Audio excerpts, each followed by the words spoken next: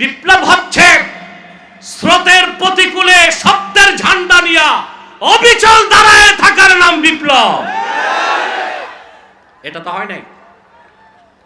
বিপ্লবের মানে হচ্ছে বিপ্লব পরবর্তী দেশ চলবে বিপ্লবীদের কথায়। বিপ্লবীদের কথায় দেশ চলতেছে? কথা বলে না।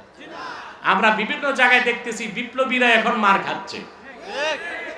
এটা কি বিপ্লব না অভ্যুত্থান? কথা বলে না। এটা বিপ্লব না, এটা রেগুলেশন হয়েছে, বিপ্লব না অভ্যুত্থান হয়েছে। এই পৃথিবীতে বিপ্লব কিভাবে করতে হয় তা শিখতে হয় আল্লাহর কোরআন থেকে।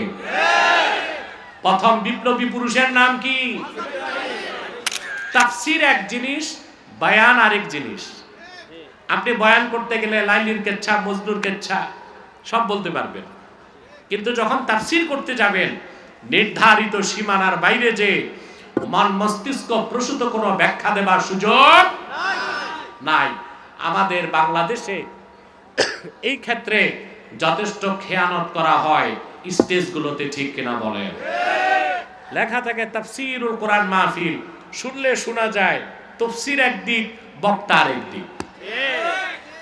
এটা আমানতের খেয়ানত না? কথা বলে না।